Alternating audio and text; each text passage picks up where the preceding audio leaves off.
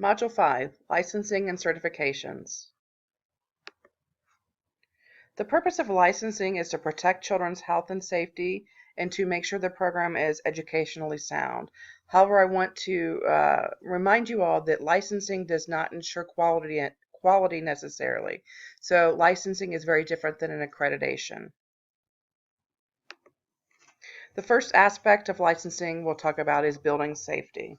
So there are regulations that include fire, sanitation, and safety standards. So for fire, you have building instructions, how to exit the building, and also how to exit the building in case of an emergency. Alarm systems, smoke detectors, sprinkler systems. There are also building codes for your wiring and plumbing.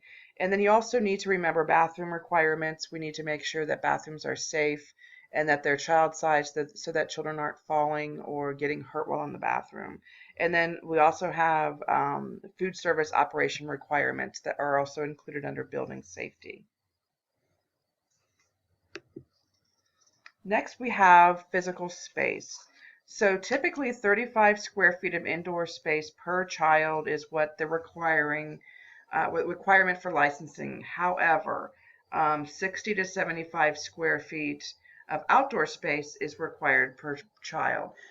This is very minimal. So again, this is just simply to open your program. Most programs have quite a bit larger square footage, both indoor and outdoor. Infants and toddlers are going to require feeding tables and diaper changing stations for sanitary reasons. You need to have different levels of light, different levels and sources of air, and then obviously you need to have toilet and sinks in your physical space. Licensing also requires staff, child to staff ratios, and then group size. So these three aspects are typically shown to promote more positive outcomes for children. So when we talk about ratios, typically licensing requires infants 4 to 1. Now again, 4 infants per 1 person is just that's the minimal. Most are smaller ratios in higher quality programs. Toddlers is 6 to 1 and 8 to 1. 4-year-olds are 10 to 1. That's in 17 states. 5-year-olds are 15 to 1 in 15 states. So most states require that 2 responsible adults be on the premises at all time. And again, this is just minimal. We talk about maximum group size. For infants, the max group size is 6. Toddler maximum group size is 8. 3-year-olds, max size is 14. And then 5-year-olds, the maximum size is 16. Next, moving on to staff qualifications. Teachers training and child development is a key factor in creating quality program. And obviously you all know that since you are in the pre-K program here at Miami. Most states require minimal staff requirements such as a CDA.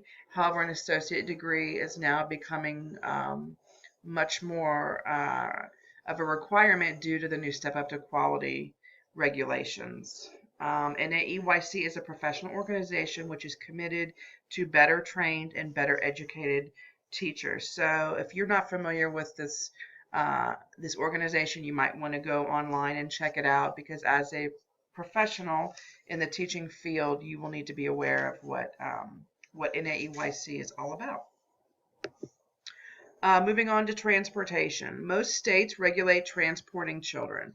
So the vehicle must obviously meet state requirements. The number of children is also a factor when the number of children you're transporting. The type of vehicle, the type of lights on the vehicle, proper ID on the vehicle, use of car seats and belts, and then appropriate licensing and insurance coverage for the vehicle. So you also need to make sure that if you're going to choose to provide transportation in your program, that you follow these licensing requirements. The licensing process, typically you request a copy of your requirements from appropriate regulatory agency. You typically have a licensing specialist that you work with. Around our area, it's 4C that typically provides you with someone to assist you in the licensing process. To obtain the contact information from licensing, you'll need to find a fire inspector, sanitation inspector, building inspector, public health office. You're going to arrange for a conference for on-site visits for all necessary representatives to come see your program.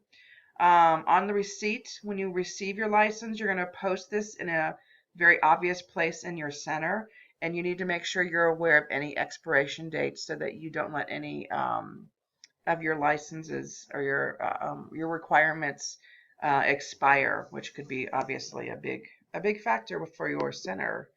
A licensing specialist, again, from 4C is typically where this area's licensing specialists come from. They can come from other agencies, however. So the goal of a licensing specialist is to help you improve services for children and families in your center.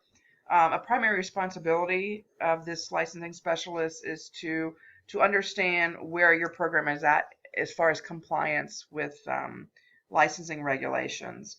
They might also help with providing resources for the directors and training for your staff, for example, professional development training, and also finding directors the best and least expensive way to meet these regulations. So they really are an advocate for programs, and they help them to meet these requirements. Accreditation and licensing. So once again, licensing implies meeting the minimal standards. So that's what you need to open your doors. Accreditation is going to imply performing at a higher level and meeting additional standards. These are beyond the licensing standards. Credentialing. This is how you meet the requirements for licensure in some cases. So the different types of credentials are your state teacher licensure. So, for example, those of you in the pre-K program, you are eligible to apply for an ODE, Ohio Department of Education, teacher licensure in pre-kindergarten education. And then if you have a bachelor's degree, you can also provide or apply for licensure through the state. A national board certification, this tends to be a little more prestigious and requires more education and much more rigorous in getting.